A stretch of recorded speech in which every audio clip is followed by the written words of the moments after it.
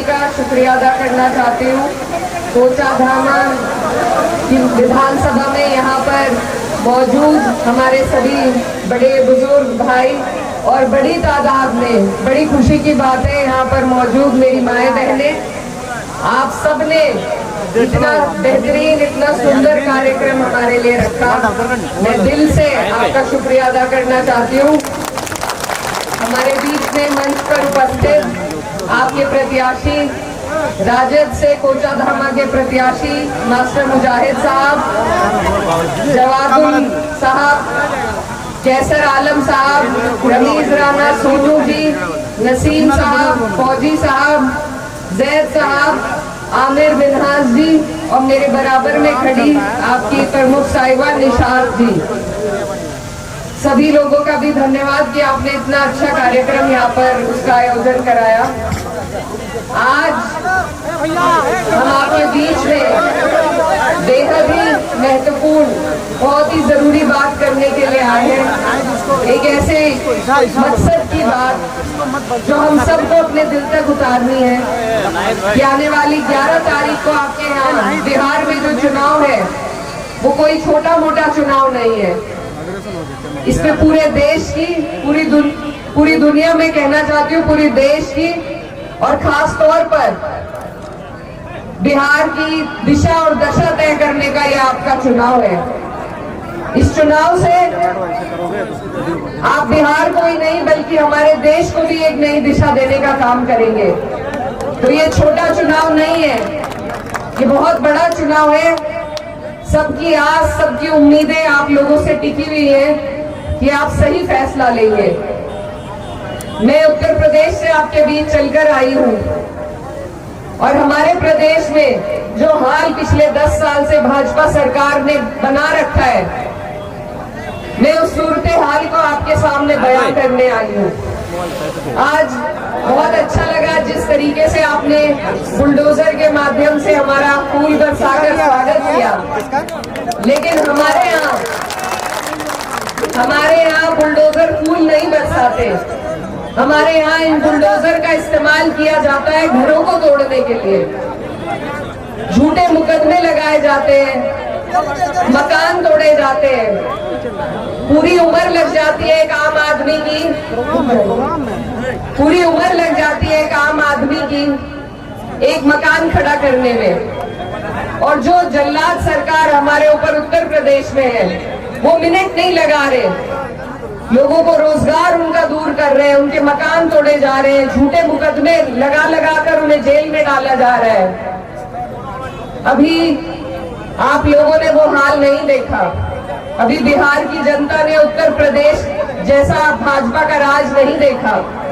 इसीलिए मैं आपकी बेटी वहां से चलकर आई हूँ आपको आगाह करने के लिए, आपको ये जताने के लिए कि आप अपने ऊपर वो हाल मत आने दीजिए जो वहां हमारे ऊपर हो रहा है।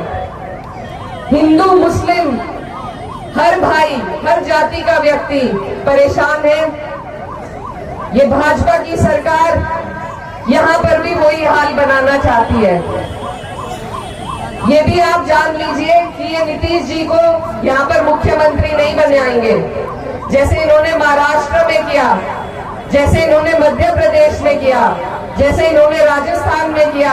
ये चेहरा कोई दिखाते हैं और फिर गद्दी पर किसी और को बिठा देते हैं। तो यहाँ पर भी इनका वही एजेंडा है, वही प्लान है। आपके सामने दो गठबंधन है, एक सेक्युलर पार्टियों का गठबंधन है जो संविधान की रक्षा करना चाहता है, जो संविधान के मूल्यों पर चलना चाहता है। उसमें चाहे कांग्रेस पार्टी हो, हमारे आदरणीय राहुल गांधी जी के नेतृत्व में, या राजद हो आदरणीय तेजस्वी यादव जी के नेतृत्व में, या हमारी समाजवादी पार्टी हो आदरणीय अखिलेश यादव जी के नेतृत्व में, जिन्होंने हमें यहाँ पर आपके बीच में भेजा है। ये सभी लोग हर धर्म की, हर समाज का सम्मान करना जानते हैं और सभी को साथ लेकर चलना चाहते हैं, क्योंकि कोई भी चुनाव किसी एक के सहारे नहीं जीता जा सकता। जब आपस में झगड़े होते हैं तो पड़ोस वाला सबसे पहले काम आता है। फिर ये नहीं देखा जाता कि वो हिंदू है या मुसलमान है। तो इस भाईचारे को, इस प्यार मोहब्बत और भाईचारे को, ये जो गंगा जमुनी तहजीब है, जो हमारे देश की मिसाल है, भाजपा के लोग इसे तोड़ना चाहते हैं। और बड़ी अफसोस की बात है कि उनके इस एजेंडे में कुछ लोग ऐसे भी हैं जो आपको हमें बहकाने के लिए बीच में आते हैं। मेरी आपसे यही गुजारिश है कि आप किसी के बहकाए में मत आइए। लड़ाई सिर्फ दो गठबंधन की है। भाजपा भी गठबंधन से जीतेगी अगर जीती, और हमारा गठबंधन जो महागठबंधन है उसमें भी दोनों तीनों पार्टी हैं। जो कोई भी अकेला लड़ रहा है वो आपके हिमायत में नहीं लड़ रहा, वो सिर्फ अपने फायदे के लिए लड़ रहा है। वो आपके बीच में आए, आप उन्हें सम्मान दीजिए, आदर दीजिए, उन्हें बिठाइए, लेकिन वोट मत दीजिए। उनसे सवाल कीजिए, उनसे सवाल कीजिए कि क्या वो सरकार बनाने की हैसियत में है। सरकार को छोड़िए, विपक्ष में बैठने के लिए भी 10% सीटों की, 10% वोटों की जरूरत होती है। वो वहां तक भी नहीं पहुंच रहे हैं, तो वो आपकी हमारी लड़ाई कैसे लड़ेंगे। हम उत्तर प्रदेश में विपक्ष में हैं, और मैं आपको बताती हूं कि विपक्ष का जनप्रतिनिधि होते हुए भी आप वो काम अपने लोगों के लिए नहीं कर सकते जो आप सरकार के सहारे से कर सकते हैं। और ये सरकार सभी के तालमेल से, सभी के प्यार से बनेगी, किसी एक की तरफ से नहीं बनेगी। तो आपको और हमें हमारी तरक्की के लिए, आगे बढ़ने के लिए, बिहार को आगे बढ़ने के लिए हमें जरूरी है कि हमें एक ऐसी मिलीजुली सरकार बनाए जो सबकी हिफाजत करे, जो सबको तरक्की देने का काम करे, जो प्यार की बात करे, नफरत के बीज ना बोए। ये चुनाव बेहद महत्वपूर्ण है, क्योंकि यहाँ से मैं आपसे सिर्फ वोट की गुहार नहीं लगा रही, बल्कि अपने लिए आपसे उम्मीद मांगने के लिए आई हूँ। क्योंकि अगर आप हिम्मत करके भाजपा को यहाँ से भगाने का काम करेंगे, तो वो हिम्मत और वो उम्मीद हम उत्तर प्रदेश में लेकर जाएंगे। अगले साल हमारे यहाँ चुनाव है, हम वहां से भी भाजपा को हटाने का काम करेंगे। लेकिन जैसे हर आंदोलन को जीवनी देने का काम बिहार के लोगों ने किया है, अब इस संविधान की सुरक्षा की जिम्मेदारी आपके ऊपर है। ये भाजपा वाले संविधान को नहीं चाहते, ये संविधान के तहत चलना नहीं चाहते। इन्हें जितनी ताकत मिलेगी ये आपके और हमारे खिलाफ कानून बनाने का काम करेंगे। तो आप इन्हें देना चाहते हैं वो ताकत? कैसे रोकेंगे? और कोई जरिया नहीं है, हमारे पास लाठी डंडे की लड़ाई नहीं हम कर सकते। हम सिर्फ वोट से अपना अधिकार ले सकते हैं। हम वोट से इन्हें मजबूर कर सकते हैं कि ये संविधान पे चले। और मैं आपको बताना चाहती हूँ कि अगर आपने भाजपा की सरकार यहाँ गिराई, तो सेंटर में भी इनकी जड़ें आप हिलाने का काम करेंगे। तो इसीलिए मेरे बिहार के प्यारे भाइयों बहनों, आपके ऊपर बहुत बड़ी जिम्मेदारी है। पूरा देश आपकी तरफ देख रहा है, एक आस से, एक उम्मीद से कि आप लोग हम सबके लिए, हम सबकी हिमायत में वो फैसला लेंगे जो बेहतर का होगा। आज आपको ये SIR के नाम पे आपके वोट काट रहे हैं, आपको घुसपैठी बताया जा रहा है। अगर यही दौर चलता रहा तो हम किसे किसे सबूत देंगे कि हम इसी देश के रहवान हैं, कि हमारे बड़े बुजुर्गों का खून इसी देश की मिट्टी में शामिल है। तो इस मामले को हमें यही रोकना होगा, इनको और इनकी जड़ें मजबूत नहीं करनी। जो और हमारे भाई लड़ रहे हैं उनसे भी हाथ जोड़कर माफी मांगे, क्योंकि आज जिस हाशिए पे हमारा देश है, हमें जरूरत है कि हम एक तरफ होकर सेक्युलरिज्म के लिए, संविधान के लिए वोट करें।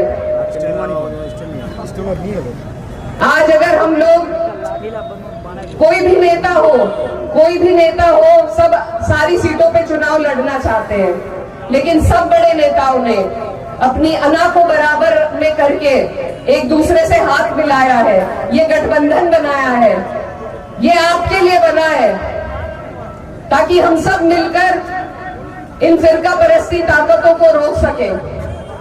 अगर आज हमने गठबंधन को मजबूती नहीं दी, गठबंधन को ये सीटें नहीं जिताई, बिहार नहीं जिताया, तो कल को जब भाजपा से आप और हम प्रताड़ित होंगे, हमारे पास कोई रास्ता नहीं बचेगा कहीं जाने का। तो ये बहुत गंभीर विषय है, बहुत जरूरी चुनाव है। आप लोग अपने भविष्य के लिए, अपनी बेहतराई के लिए, अपने आने वाले कल के लिए बेहतर चुने।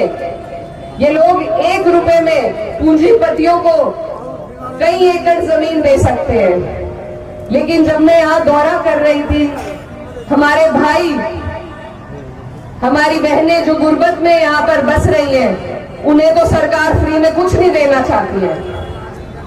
हमारे भाइयों को यहाँ से बाहर रोजगार की तलाश में जाना पड़ता है। क्या वो सही है? वहां उन्हें हर तरह की प्रताड़ना झेलनी पड़ती है। जो मेरे भाई बिहार से उत्तर प्रदेश में काम करते हैं, उनसे पूछिए वहां पर क्या हाल है। वो हाल अपने यहाँ मत बनने दीजिए। आप लोग हमारे सिर पे सलाह रहे हैं, आप हमें आगे का रास्ता दिखाइए। मैं यही गुहार लगाने बड़ी दूर से आपके बीच आई हूँ, और मुझे उम्मीद है कि यहाँ पर आप लोग इस बात को मानेंगे, क्योंकि हमारे यहाँ पर बहन बेटी की बातें कोई नहीं जानता। बताइए, मानेंगे या नहीं? मास्टर जी को जिताएंगे या नहीं? वादा कर लूं मैं इनसे, पक्का वादा। तो आप लोगों से गुजारिश है, आने वाली 11 तारीख है, महागठबंधन के प्रत्याशी हमारे मास्टर मुजाहिद साहब, लालटेन का इनका निशान है, और एक वोट। देखिए, आज आपके हाथ में वोट की ताकत है। कल को ये कोई गारंटी नहीं है रहने देंगे या नहीं, कि ये SIR के तहत आपका वोट काट दे या नहीं। तो इन लोगों को रोकना है, और रोकने का जरिया सिर्फ महागठबंधन का है। तो आप सबसे गुजारिश है, एक तरफ होकर, एकजुट होकर, सबको जोड़कर वोट करें। और मैं जाते जाते अपनी बात खत्म करते हुए सिर्फ ये कहना चाहती हूँ कि ये जब्र भी देखा है तारीख की नजरों ने, ये जब्र भी देखा है तारीख की नजरों ने, कि लम्हों ने खता की थी और सदियों ने सजा पाई। तो ये लम्हा है आपके हाथ में, इस लम्हे की कदर कीजिए। कोई खता ना हो जाए, वरना हमारी पुश्तों को पछताना पड़ेगा। तो बस इतनी बात कहकर आपसे दुआओं की दरखास्त करती हूँ और आपसे विदा लेना चाहती हूँ। बहुत बहुत शुक्रिया। अल्लाह हाफ़िज़।